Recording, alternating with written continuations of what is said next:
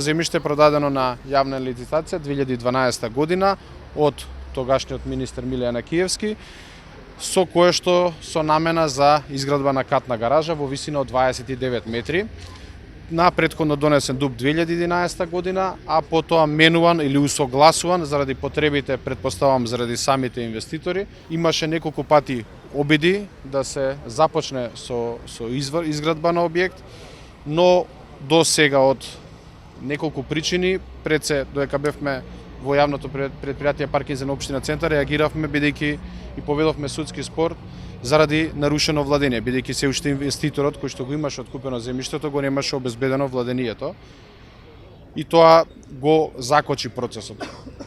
Потоа самиот инвеститор Никофон има покренато постапка за да го добие владението и судот му пресудува да може да се воведе во владение и сега до нас, до општината, ние во изминатиот период пробувавме да разговараме со инвеститорот, бидејќи сметаме дека овој ДУП, односно ако дојде до реализација, покрај сите овие објекти кои што беа изградени од Скопје 2014, знаете какви немили сцени се случуваа, ќе се уништи ова последно слободно место со кое што граѓаните ќе бидат на некој начин загушени и нормално го разбирам и револтот зашто се противат, односно сите овие објекти кои што со години се постојат и функционираат ќе бидат едноставно затворени.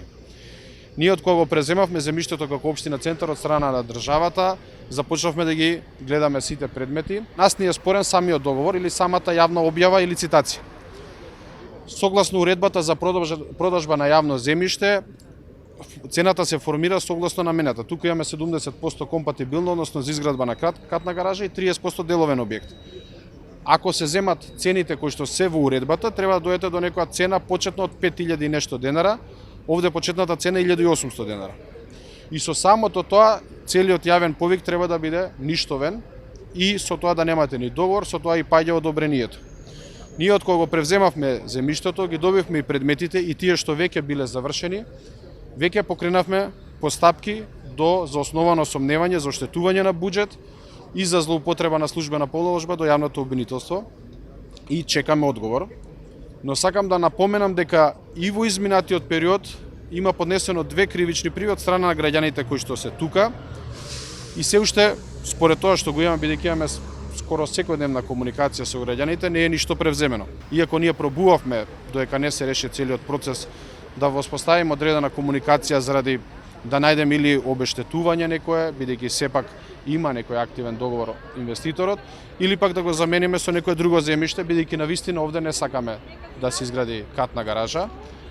Но очигледно дека самиот инвеститор инсистира и мислам дека по сите постапки кои што се започнати, сите што се веќе започнати до јавното обвинителство, сите постапки кои што ги започнаме, мислам дека веќе предизвика реакција за да што може побрзо да се започне со градба, за да нормално после штетата биде поголема.